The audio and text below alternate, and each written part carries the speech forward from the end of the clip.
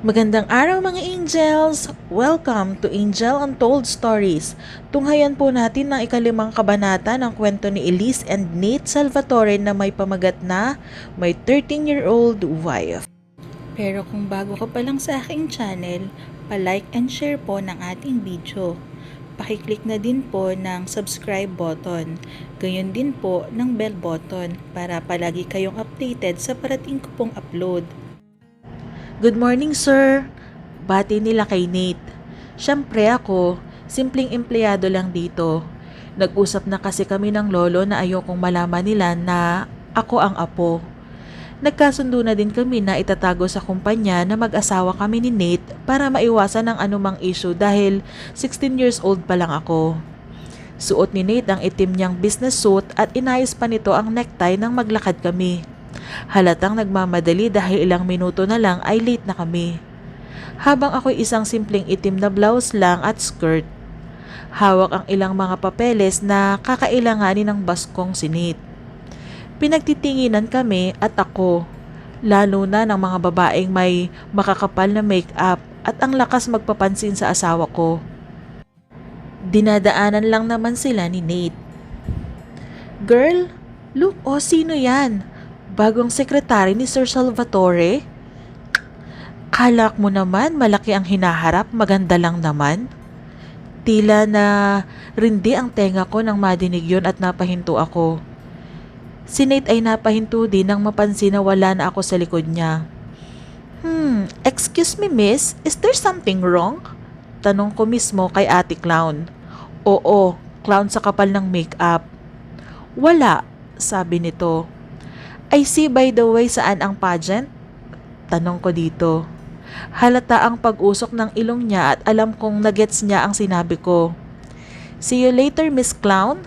Sabi ko dito at nagsimula ng umalis. Dinig ko pa ang pagtawa ng kaibigan nito nang mahina habang siya'y gigil na. Lumapit na ako kay Nate. Are you okay? Tanong nito.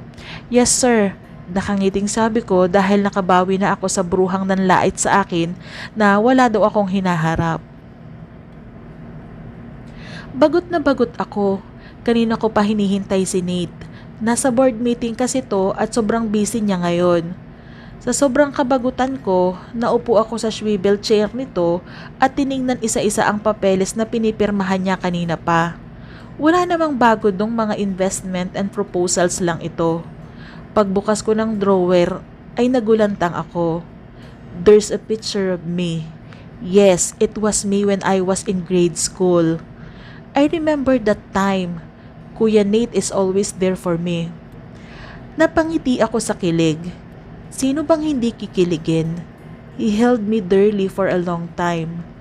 Dahil sa curious ako, kinuha ko yung picture nang biglang may bumagsak na album. Bumuklat ito at nagulat ako. It's me, my stolen pictures. Paano nagkaroon si Nate nito? Kinuha ko yung album dahil bala ko talagang malaman. Inumpisahan ko ito sa unang page. Picture ko yon when I was first year high school. Nakangiti pa ako sa oval namin at suot ang varsity shirt ko. Naging varsity player din ako sa volleyball. Tiningnan ko pa ang ilan. Puros stolen shot sa iba't ibang lugar hanggang sa nakuha ng atensyon ko ang isang litrato. Kuha ito sa beach. When I was 13-year-old kasi pumunta kami ni Nate kasama ang girlfriend niyang si Maricar sa private resort ng mga Salvatore. Yes, you heard it right. Private resort ng mga Salvatore. Sinama lang naman ako ni Nate dahil wala si Lolo at Mom at that time. Naalala ko pa nang nasa likuran ako ng kotse at parang lintang nakadikit si Maricar sa passenger seat. I crossed my arms at that time. Flashback. Han, malayo pa ba tayo? Sabi ni Maricar. We're getting there, sabi naman ni Kuya Nate. I'm so bored seeing them happy. Sinamalang ata ako ni Kuya dito para maging third wheel. Pinikit ko na lang ang mga mata ko, lalo lang kasi akong naiirita kapag naririnig ko ang mga tawa ni Maricar na kilig na kilig. I hate her so much. Elise, do you drink? Nagising ako nang tapikin ako ni Maricar at ialok sa akin ang bote ng beer. Maricar, no, hindi umiinom si Elise. Kaagad na binawi to ni Kuya. Napatingin ako sa lugar. We're here. Isang malaparaisong beach with a beautiful sunset. Tama lang ang hangin. Bumaba na ako dahil nasa labas na sila. Si Maricar ay nakapalupot sa braso ni Kuya at isa yon sa nagpainit ng ulo ko. Kuya, look oh! Binawi ko ang isang braso ni Kuya at hinila ko ito. Napabitiw naman si Maricar dahil doon. Well, I don't care. Ayokong makita sila sa ganong eksena. Tinuro ko ang beautiful sunset. Napakaganda. Nakaakbay naman sa akin si Kuya Nate na siyang nagpakabog sa dibdib ko. Isiniksik ko ang sarili ko sa kanya at niyakap siya.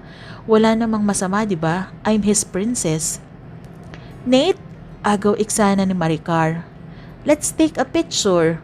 Sabi nito at sumingit kaya napabitaw ako kay Kuya.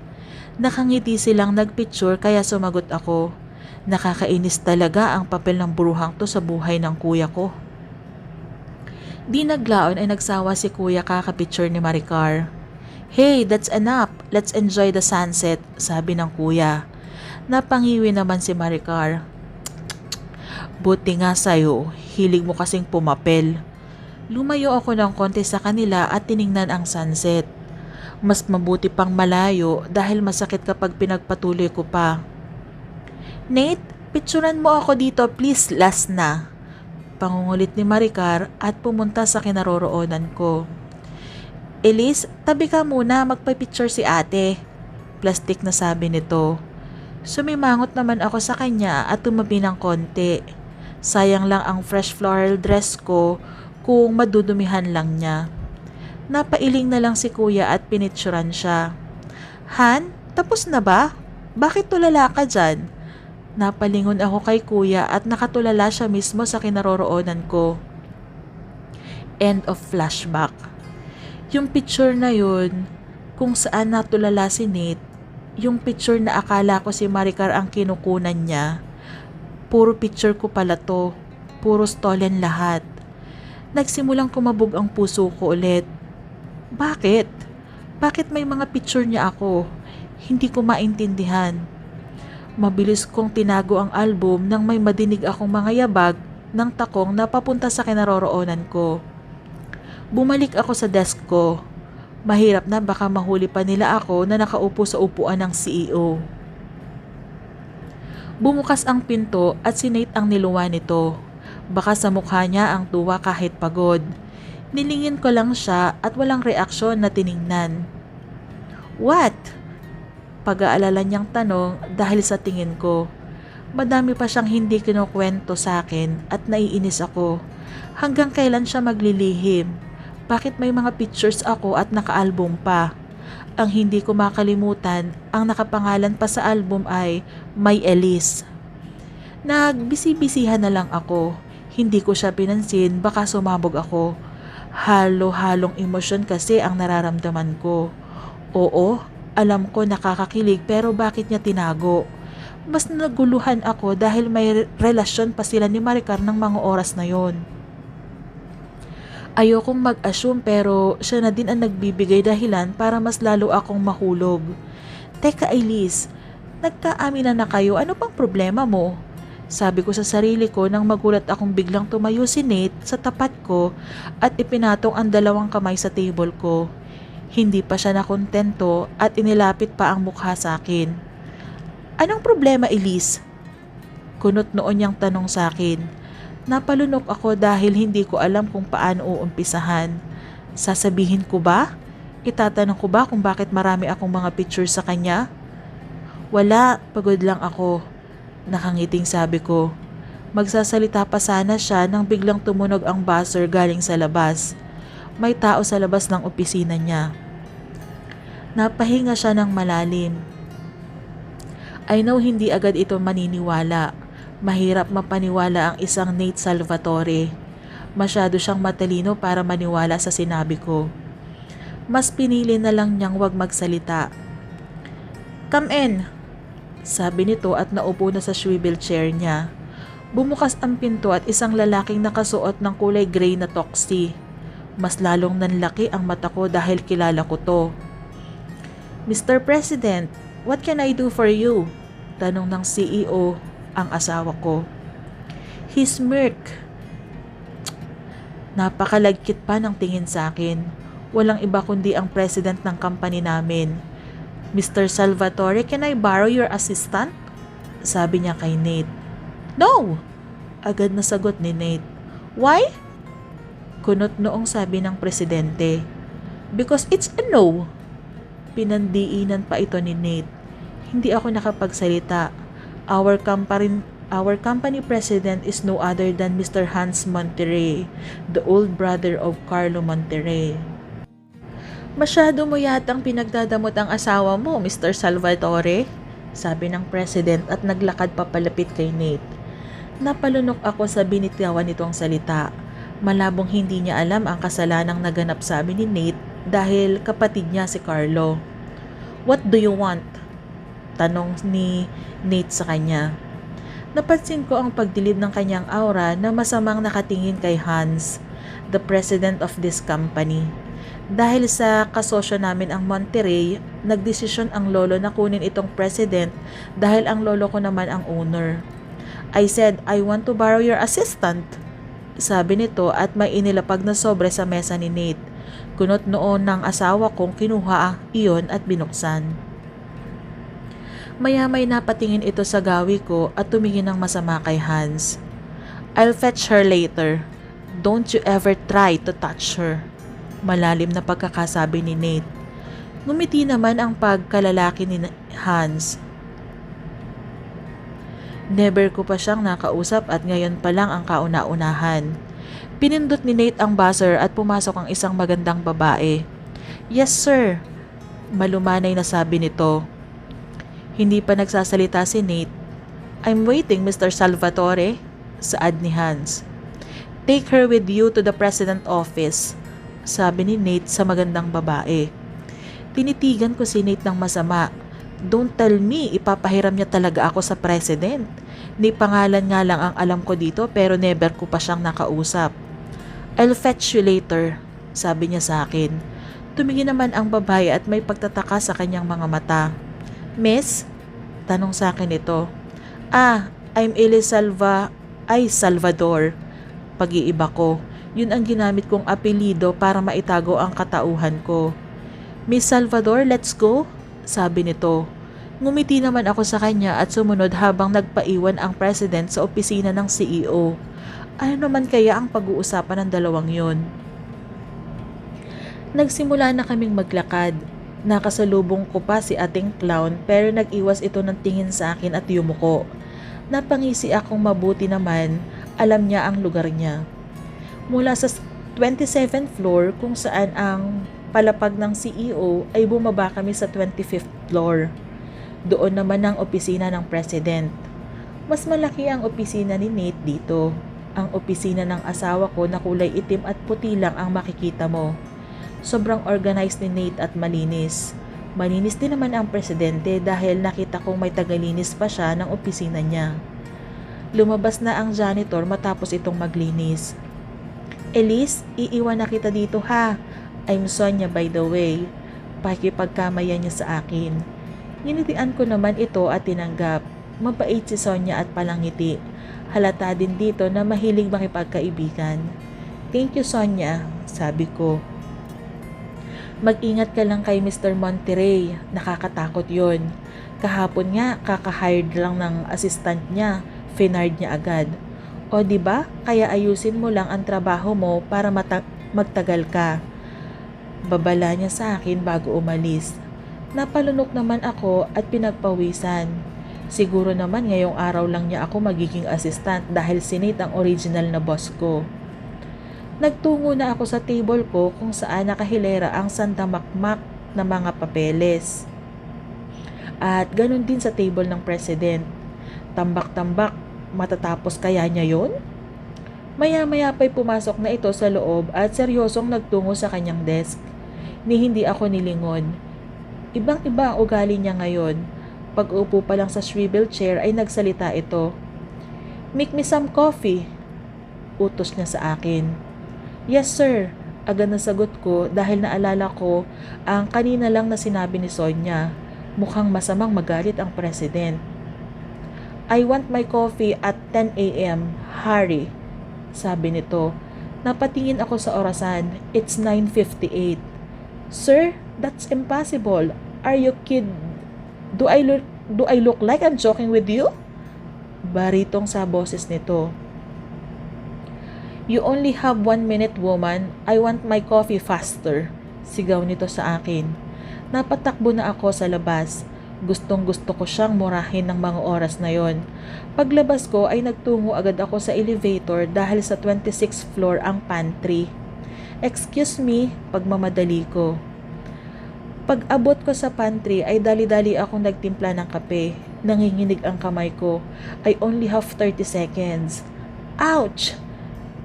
Daig ko na ang mapaso ang hinlalaki ko ng mainit na tubig. Shit, Elise, you're dead.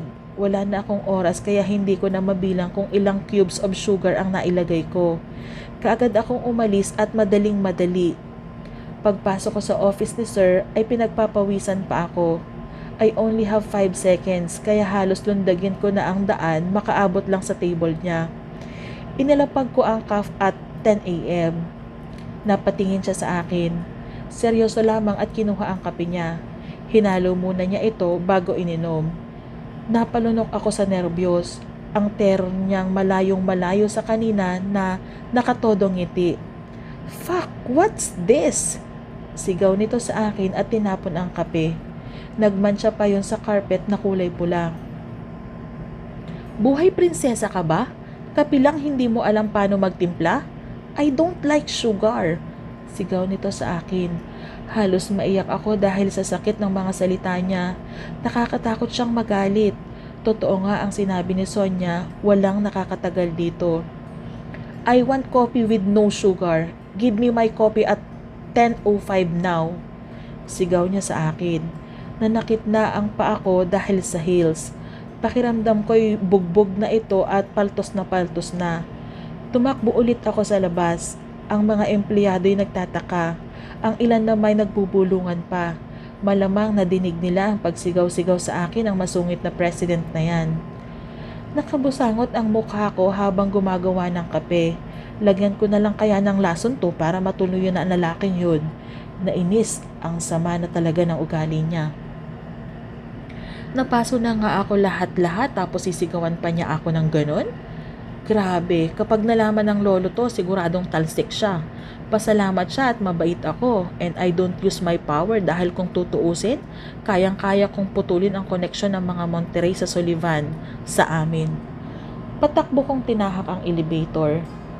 Excuse me, sabi ko sa babaeng naka-red dress. Oh my God, napasigaw ito dahil natapon ang kape sa suot niyang dress. Oh, I'm sorry ma'am, hindi ko sinasadya, sabi ko at pinunasan ng tissue ang damit niya. Are you stupid? Sigaw niya sa akin. Napatingin naman ako sa kanya at napatingin din ito ng masama sa akin. Elise, are you blind or such a stupid? I said, I'm sorry, Heaven. Sabi ko. Yes, si Heaven ang babaeng natapunan ko ng kape at ngayon masama ang tingin niya sa akin. Hindi basta tingin lang dahil may pinaghuhugutan ang mga yon. She looked at me head to toe. Stupid, sabi nito. Anong sabi mo? Inis na sabi ko. I said you're stupid. Mabagal na sabi niya sa akin at dahil sa hindi ko na napigilan ang sarili ko na itapon ko sa pagmumukha niya ang natitirang kape na hawak ko, mug. Don't you dare to call me stupid bitch. And she looked surprised. How dare you? Sigaw niya sa akin at akmang sasampalin niya ako. Dahil sa pagkagulat ay napapikit ako. Hindi ko naramdaman ang palad ni Heaven kaya dumilat ako. At laking gulat ko naman nang makita ko si Nate. Hawak-hawak niya ang kamay ni Heaven na sasampal dapat sa akin. What are you doing? Tanong dito ni Nate. Nate? Sa gulat nito ay di niya mabigkas ng maayos ang pangalan ni Nate. Mr. Salvatore, don't call my first name. I am the CEO. Malalim na sabi ni Nate. Dinig naman ang bulong-bulungan ng mga tao dahil sa palabas na napapanood nila ngayon. Oh, may anong ginagawa ng CEO dito? Mukhang malaking gulo to. Hindi ba siya yung babaeng bagong sekretary ng CEO? Ang gwapo talaga ni Sir kahit mukha ng galit. Samot-saring mga bulungan. Hindi naman to pinapansin ni Nate at inayos ang toksi. To my office now. Utos nito kay Heaven nang biglang tumunog ang elevator at bumukas ito. Nanlaki ang mga mata ko nang iluwa ang president na nakabusangot na ang muka. Oh no! The coffee! Kanina pa niya inaantay ang coffee. Aalis na sana ako nang maramdaman ko ang mainit na palad ni Nate na humila sa braso ko. Where are you going? Kunot noong tanong nito. I said to my office, sabi nito. Doon ko lang napagtanto na ako pala at hindi si Heaven ang sinasabihan niya kanina. What's happening here? Tanong ng president at nakapamewang. It's none of your business. I came here to fetch my secretary. Do we have a problem, Mr. Salvatore? Uminit ang tensyon sa pagitan ng dalawa. Maya-maya'y sumenyas si Mr. Director at maagang pinaglunch ang mga employees. Walang itinira sa floor at kaming apat lamang. Hindi siya sinagot ni Nate at kinuha lang ang kamay ko para pumasok sa elevator. How unprofessional, sabi ng president na siyang nagpainit ng ulo ni Nate. Naramdaman ko ang panginginig ng kamuon nito at anumang oras ay dadapo na yon sa pagmumukha ng president. Nate, let's go. Nasabi ko na lang, ayoko ng gulo hanggang sa maaari. Baka makarating pa to sa lolo at tiyak na hindi siya magugustuhan nito. I came here to ask you for a date. Biglang basag ni Heaven sa katahimikan. Sinong tinatanong niya? Kaagad ko siyang nilingon at nakita kong kay Nate siya nakaharap. No, he's not interested. Agad na sabi ko. Narinig ko ang tawa nito na siyang nagpainit ng ulo ko. Elise, let's go home. Aya sa akin ni Nate. Unang araw kasi ay puro personal problem agad ang tumambad sa aming dalawa. Nate, I'm waiting for you to come 7 p.m. at my crib, sabi ni Heaven. I'm not interested, sabi ni Nate at hinila na ako pagbukas ng elevator. Naiwan silang tulala sa amin hanggang sa magsara na ang pinto. Are you hurt? Tanong niya nang makita ang daliri ko, nang napaso mismo nang magtimpla ako ng kape. Hindi pa ako nakapagsalita nang makita kong hinalikan niya ang parting yon nang biglang bumukas ang elevator sa 15th floor. Laking gulat ko nang maabutan kami ng ilan pang mga empleyado sa ganong tagpo. Maging sila'y nagulat ngunit wala lang ito kay Nate. Hanggang sa sumara na lang ang pinto at hindi na sila pumasok dahil sa pagkagulat. Kaagad kong inagaw ang kamay ko kay Nate. I can handle this, sabi ko. Tahimik lang ito at hindi na nagsalita. Hanggang sa nasa parking lot na kami.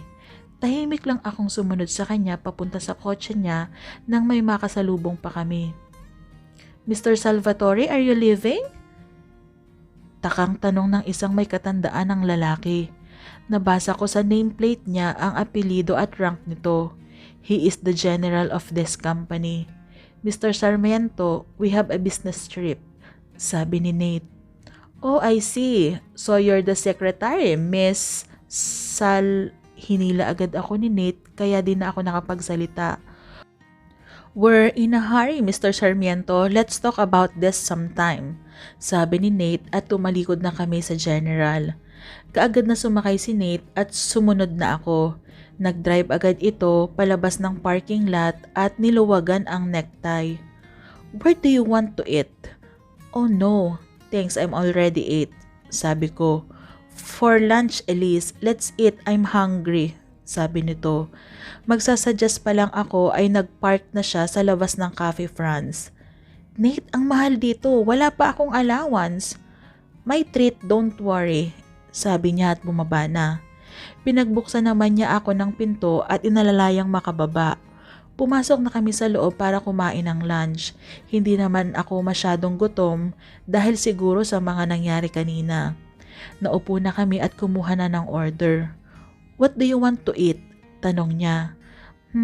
One vegan Caesar, salad and orange juice, sabi ko. Is that all? Tanong nito. Yes, I'm not hungry yet but I want to try their salad. Sabi ko. Okay, nag-order na kami at nagkape lang siya.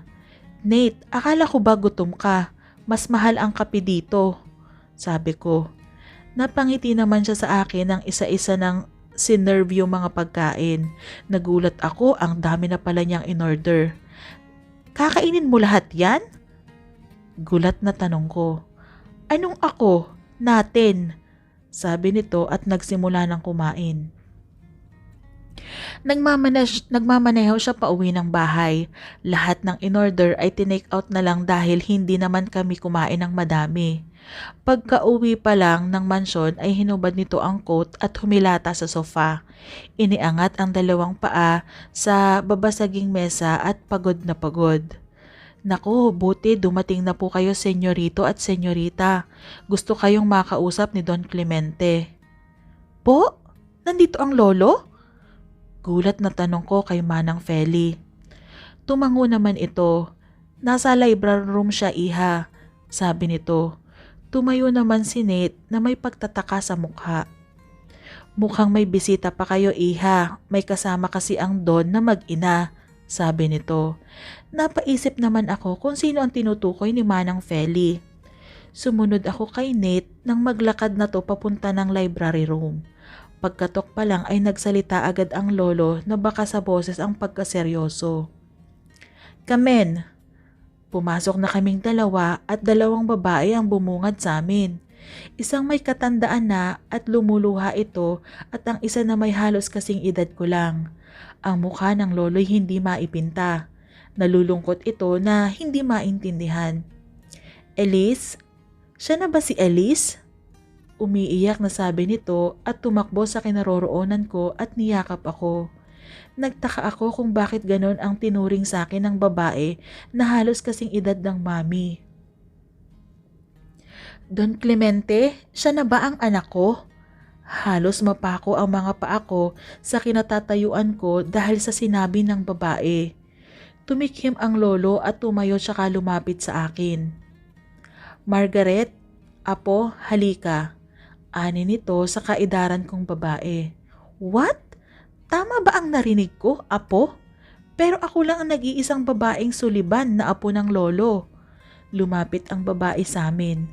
Elise, iha, may sasabihin sa iyo ang lolo. Sabi nito. Nate, Elise, this is your annulment papers. Sabi nito at iniabot sa amin ang mga papel. Nagsimula akong makinig sa kaba. Hindi ko maintindihan kung ano ang sinasabi ng lolo. Inabot ni Nate yon at nakita ko ang panginginig ng kamay na habang hawak-hawak ang mga papel na yon. Elise, listen, I love you, sabi sa akin ng lolo. Elise, this is Margaret, ang tunay kong apo, sabi ng lolo.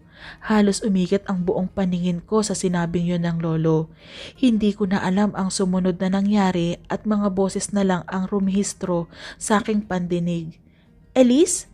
Narinig kong tawag ni Nate sa pangalan ko bago ako mawala ng malay.